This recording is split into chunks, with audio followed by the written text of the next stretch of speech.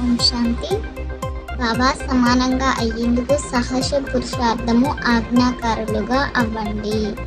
ఈరోజు బాబ్దాదా తమ హోలీ హంసల మండలిని చూస్తున్నారు. పిల్లలు ప్రతి ఒక్కరూ హోలీ హంసలు సదా మనసులో జ్ఞానరత్నాలను మననం చేస్తూ ఉంటారు.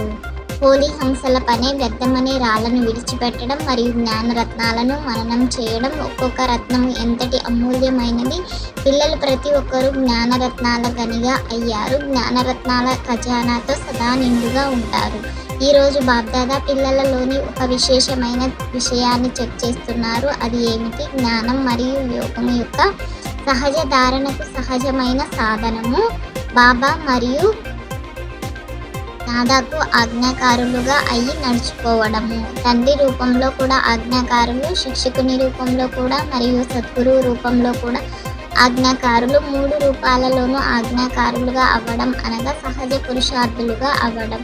అమృత వేళ నుండి మొదలుకొని రాత్రి వరకు ప్రతి సమయం ప్రతి కర్తవ్యానికి ఆజ్ఞ లభించి ఉంది. ఆజ్ఞ అనుసారంగా నడుస్తూ ఉన్నట్లయితే ఏ రకమైన శ్రమ కానీ లేక కష్టము కానీ అనుభవం అవ్వదు. మాయ వచ్చేందుకు ద్వారాలు నేను మరియు నాది, మరి తనువు కూడా నీది కాదు అన్నప్పుడు ఇక దేహాభిమానానికి సంబంధించిన నేను అనేది ఎక్కడి నుండి వచ్చింది? మనస్సు కూడా నీది కాదు అన్నప్పుడు ఇక నాది నాది అనేది ఎక్కడ నుండి వచ్చింది? ఏ బలహీనత వచ్చినా ఈ 2 పదాల ద్వారానే వస్తుంది, నేను మరియు నాది. కనుక ఈ తనువు మీది కాదు, అలాగే దేహాభిమానానికి చెందిన నేను అనేది లేదు. కేవలం ఒక్క మాటను గుర్తు చేసుకోండి, నేను పరమాత్మకు ఆజ్ఞాకారి బిడ్డను. ఇది బాబా ఆజ్ఞ కాదా అన్నదాన్ని ఆలోచించండి. ఎవరైతే ఆజ్ఞాకారి బిడ్డగా ఉంటారో వారు సదా బాబాకు స్వతహాగానే గుర్తు ఉంటారు, స్వతహాగానే ప్రియంగా ఉంటారు, స్వతహాగానే బాబాకు సమీపంగా ఉంటారు. బాబా బాబా అని కేవలం ఒక మంత్రంలా అనకండి. బయట వారు రామ రామ అని అంటారు, అలా మీరు బాబా బాబా అని అంటారు.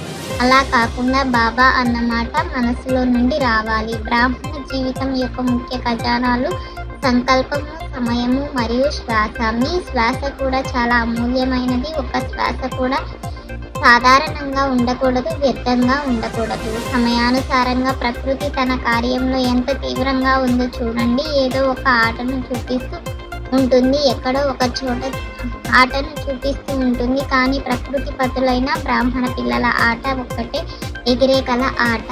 ప్రకృతి అయితే ఆటను చూపిస్తుంది, కానీ బ్రాహ్మణులు తమ ఎగిరే కళ ఆటను చూపిస్తున్నారా? శుభ భవన శ్రేష్ట కామన యొక్క బండారా సదా నిండుగా ఉండాలి. రెండవది, విశేష శక్తులు ఏవైతే ఉన్నాయో ఆ శక్తులను ఏ సమయంలో ఎవరికి ఏవి కావాలో వాటిని ఇవ్వగలగాలి. ఆజ్ఞాకారిగా అవ్వడం ఇదే బాబా సమానంగా అవ్వడం. కేవలం శ్రీమతం పైనే నడవండి, మన్మతం వద్దు, పరమతం వద్దు, ఏది కలపకండి. ఒకసారి మన్మతంపై ఒక్కోసారి పరమతముపై నడిచినట్లయితే శ్రమించాల్సి ఉంటుంది. మన్మతము పరమతము ఎగరనివ్వవు, మన్మతము పరమతము భారమైనవి మరియు ఆ భారము ఎగరనివ్వదు. శ్రీమతము డబల్ లైట్గా చేస్తుంది.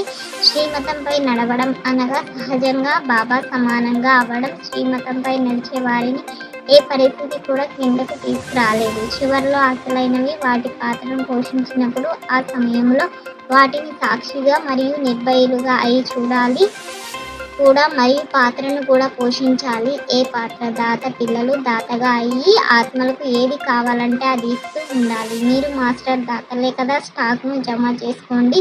మీ వద్ద ఎంత స్టాక్ ఉంటే అంతగానే దాతగా అవ్వగలరు. అంతిమం వరకు మీ కోసమే జమ చేసుకుంటూ ఉన్నట్లయితే దాతగా అవ్వలేరు.